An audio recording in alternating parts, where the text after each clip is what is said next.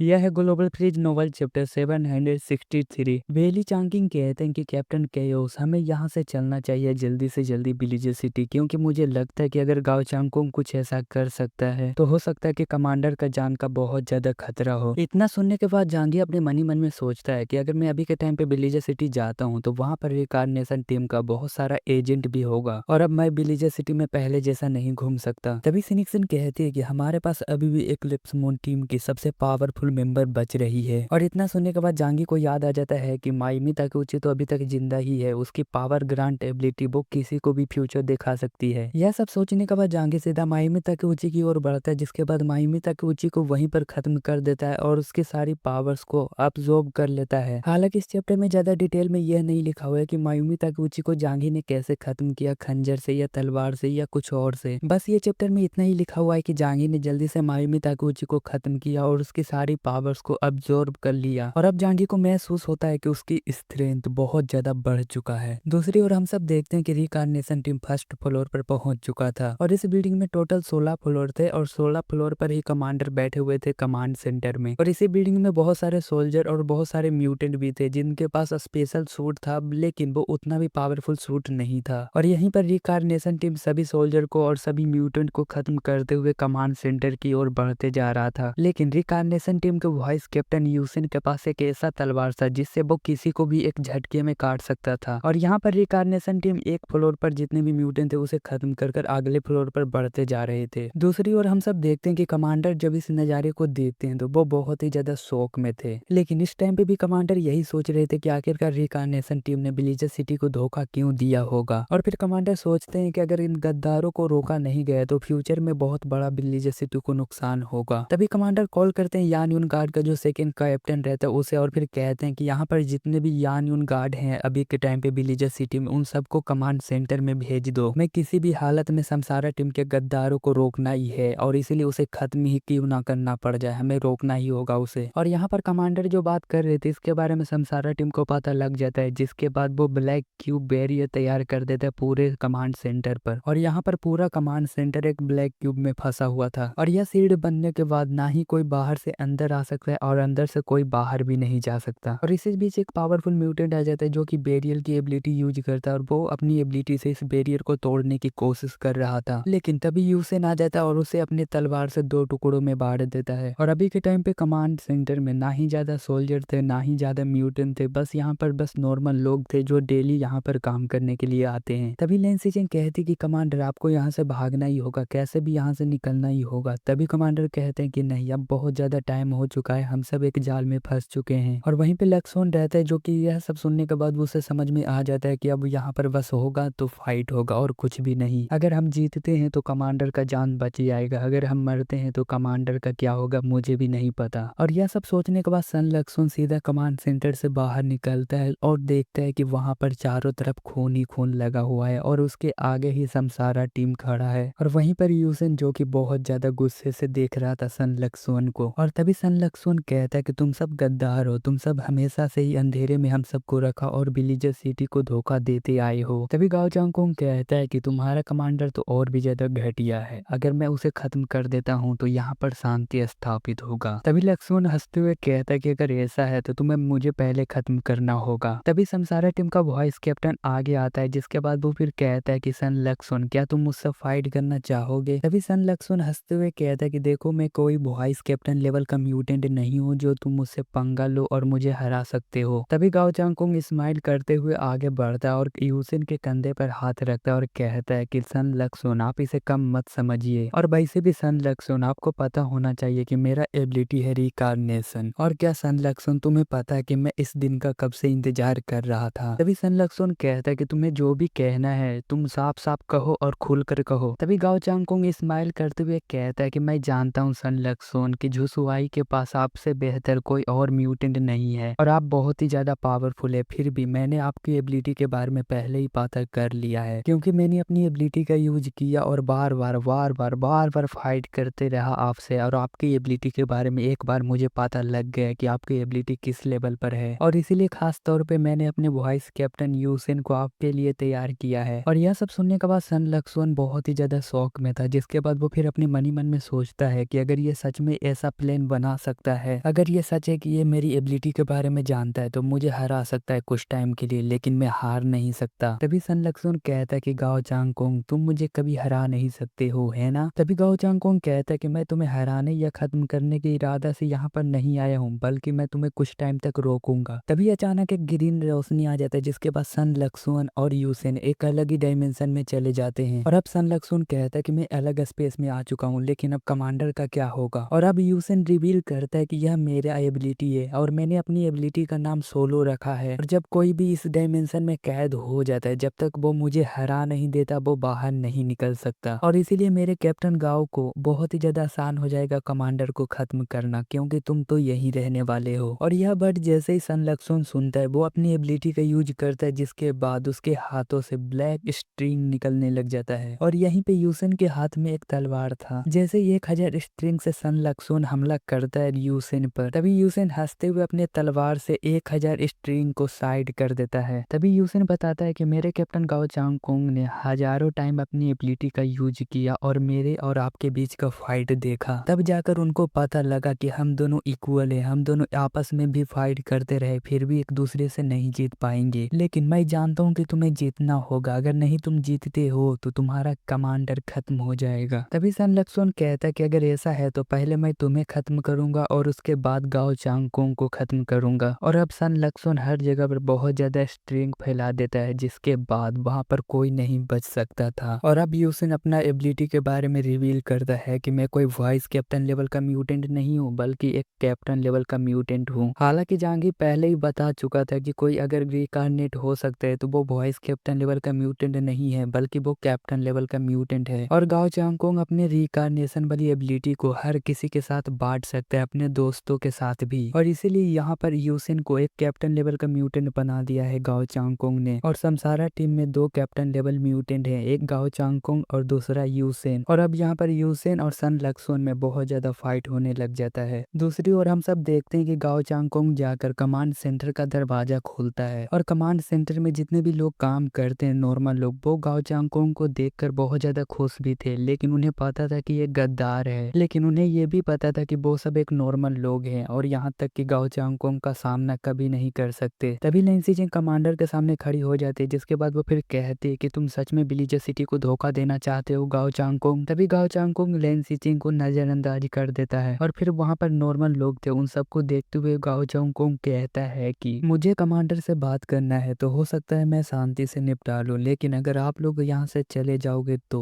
अगर यहाँ पर आप सब रहते हो तो घायल हो जाओगे तो मुझे मत कहना। इतना सुनने के बाद लैंसी चेंग बहुत ही ज्यादा गुस्से में कहती है कि तुम यहाँ पर लोगों को भड़काने का काम कर रहे हो गाओ चांगकोंग। अगर तुम्हें वाकई लगता है कि तुम कमांडर को छू सकते हो तो पहले हम सबसे निपटना होगा तुम्हें, उसके बाद ही तुम कमांडर से बात करोगे या छू सकते हो उन्हें। और यहाँ पे जितने भी लोग हैं जल्दी से अपने कमांडर को सेफ करो, आ जाओ मेरे साथ मिल जाओ। यह सब सुनने के बाद वहाँ पे जितने भी लोग थे वो सब कहते हैं कि मजाक करना बंद कर दीजिए लैंसी चेंग, यह तो आप जानते ही हैं कि हम सब फाइट नहीं कर सकते। और यह सब देखने के बाद लैंसी चेंग बहुत ही ज्यादा गुस्से में आ जाती है, जिसके बाद वहाँ पर एक गार्ड रहता है, उसे कहती है कि जल्दी से जाओ और गाओ चांगकोंग को खत्म कर दो। और यह सब सुनने के बाद वो गार्ड कहता है कि मैं कैसे उन्हें खत्म कर सकता हूँ। और यह सब सुनने के बाद लैंसी चेंग को बहुत ही ज्यादा गुस्सा आ जाता है, जिसके बाद वो जाती है और उसका कॉलर पकड़ते हुए कहती है कि आखिरकार तुम एक महान कमांडर के लिए तुम अपनी जान नहीं दे सकते। और अब गार्ड को ये नहीं समझ में आ रहा था कि लैंसी चेंग का सवाल का जवाब दूं या तो गाओ चांगकोंग से फाइट करूं। तभी कमांडर गाओ चांगकोंग को देखते हुए गुस्से में कहते हैं कि आखिरकार तुम मुझे बताओ कि विलेजर सिटी को धोखा क्यों दिया तुमने, और तो और तुमने अपने ही लोगों को मरवाने के लिए दूसरे लोगों को मतलब रोनिन का साथ लिया, ऐसा क्यों। और यह सब सुनने के बाद गाओ चांगकोंग कहता है कि रोनिन तो मेरा एक टूल था, लेकिन मुझे ये भी पता था कि अगर रोनिन यहाँ पर जांगी को या डेंसेंटोंग को भी खत्म कर देता तो मैं उसे अपने हाथों से ही मारता। हालांकि गाओ चांगकोंग का एक ही प्लान था कि डेंसेंटोंग को खत्म कराकर फिर बाद में वो खुद ही अपने हाथों से पूरा एक्लिप्स मून टीम को खत्म करेगा और फिर विलेजर सिटी के और भी ज्यादा करीब आकर वो कमांडर इन चीफ बन सकता है। लेकिन जांगी ने उसके प्लान को नाकाम कर दिया और फिर गाओ चांगकोंग को प्लान बी बनाना पड़ा कि जोसुआई को ही रास्ते से खत्म कर देता हूँ और उसके बाद फिर कमांडर बन जाऊंगा। और अब कमांडर कहते हैं कि मुझे लगा था गाओ चांगकोंग तुम अच्छे इंसान हो, लेकिन तुम विलेजर सिटी में शुरू से ही एक जासूस थे। सेलेस्टिया टीम को खत्म करवाना और एक्लिप्स मून टीम को पूरी डिटेल देना जांगी के बारे में, यह सब तुम्हारा ही काम था शुरू से। और यह सब सुनने के बाद वहाँ पर गाओ चांगकुंग मुस्कुराते हुए कहता है कि हाँ, ये सब मेरा ही काम था, लेकिन आपको बहुत ही लेट पता लगा कमांडर। और तभी गाओ चांगकुंग वहाँ पे जितने भी नॉर्मल लोग थे उन सबको देखते हुए कहता है कि अगर तुम लोग यहाँ से नहीं जाते हो तो कमांडर के साथ तुम्हें भी दफना दूंगा। और गाओ चांगकुंग के इतना कहने के बाद ही वहाँ का माहौल ही चेंज हो गया था, जिसके बाद वहाँ पर एक महिला रोने लग जाती है और कहती है कि मुझे जाना है, घर जाना है, मुझे छुट्टी चाहिए काम से। तभी गाओ चांगकुंग रास्ते से हट जाता है, जिसके बाद वो फिर कहता है कि तुम यहाँ से जा सकती हो। और इतना कहने के बाद वो महिला सीधा कमांडर को भी नहीं देखती है, ना ही लैन सिचेंग को देखती है, वो सीधा भाग जाती है। फीमेल मेंबर के जाने के बाद वहाँ पर जितने भी लोग थे वो सब भी जीने का इच्छा रखते हैं और फिर वो सब भी निकल जाते हैं कमांड सेंटर से, और यहाँ से सब लोग चले जाते हैं। बस यहाँ पे लैन सिचेंग कमांडर के साथ बचती है। तभी कमांडर कहते हैं कि विलीजर सिटी ने तुम्हारा क्या बिगाड़ा था जो तुम इस कदर से विलीजर सिटी से बदला लेना चाहते हो। इतना सुनते ही बहुत ही ज्यादा हंसने लग जाता है गाओ चांगकुंग, जिसके बाद वो फिर कहता है कि जोशुआ, आखिरकार आपके कारण ही मेरे माता पिता मारे गए थे, आखिरकार आपके नियम के ही कारण मेरे माता पिता को विलीजर सिटी से बाहर कर दिया गया और वो सब मारे गए। लेकिन उसी दिन से मैंने तय कर लिया था आपके नियम और आपको पूरी तरह से खत्म कर दूंगा। और अब कमांडर कहते हैं कि तुम्हारा यही एक कारण था जिससे तुम मुझे खत्म करना चाहते हो और विलीजर सिटी को तुमने धोखा दिया। वी कमांडर कहते हैं कि यह बुरा था, लेकिन जिंगलिंग में टोटल 15 मिलियन लोग रहते थे और ग्लोबल विलेज के बाद उन लोगों को खाना खिलाना बहुत ही ज्यादा मुश्किल हो रहा था और वो सब आसपास के शहरों में बहुत ज्यादा इकट्ठा होने लगे, यहाँ तक कि विलीजर सिटी में भी बहुत ज्यादा इकट्ठा होने लगे और आपके माता पिता उन जैसे ही थे। यह सब सुनने के बाद गाओ चांगकुंग बहुत ही ज्यादा ताली बजाने लग जाता है और फिर गाओ चांगकुंग कहता है कि नहीं कमांडर, अगर आपका नियम और कानून अच्छा रहता तो मैं आपके लिए हमेशा से लॉयल रहता और मेरे दिल में एक अलग ही आपके लिए इमेज रहता। लेकिन मुझे यह भी पता है कि आप गरीब और अमीर में बहुत ही ज्यादा फर्क करते हैं जोशुआई, और मुझे हंसी इस बात से आ रहा है कि आप मौत के कगार पे हैं फिर भी आप मुझे समझा रहे हैं जोशुआई। अब गाओ चांगकुंग सीधा कमांडर को खत्म करने के लिए जैसे ही आगे बढ़ता है वहीं पर जानी पहचानी आवाज आता है, रुको गाओ चांगकुंग। तभी कमांडर के पीछे बहुत ही ज्यादा रोशनी हो जाता है, जिसके बाद वहां पर किसी को कुछ भी दिखाई नहीं देता है और जैसे जैसे लाइट कमता गया और वहां पर एक दरवाजा आता है और उस दरवाजे को धीरे धीरे खोलकर कोई आता है और वो रेड कलर का स्पेशल सूट पहनकर आता है और वो कोई और नहीं बल्कि डेन सेंटोंग है। और अब उस दरवाजे से धीरे धीरे कर कर वहां पर एक एक बहुत सारे 1 दर्जन म्यूटेंट आते हैं और वो सब रहते हैं गोड टीम के मेंबर, और यहाँ तक कि गोड टीम के मेंबर बाई चिन्यू जो कि वॉइस कैप्टन है वो भी जिंदा था। तभी गाओ चांगकुंग का आंख सिक उड़ जाता है, जिसके बाद वो फिर कहता है कि बहुत टाइम के बाद मिल रहे हैं डेन सेंटोंग। और वहीं पे लैन सिचेंग रहती है जो कि डेन सेंटोंग को जिंदा देखकर वो बहुत ही ज्यादा हैरान हो जाती है और वो सोचती है कि आखिरकार ये तो जियांगिंग शहर में मारा गया था। हालांकि जब कमांडर को यह पता लगा था कि कोई है विलीजर सिटी में, कोई है जो कि धोखा दे रहा है, तभी से लेकर डेन सेंटोंग और मिस्टर डेंग और कमांडर ने एक प्लान बनाया और उस प्लान में गाओ चांगकुंग पूरी तरह से फंस चुका है।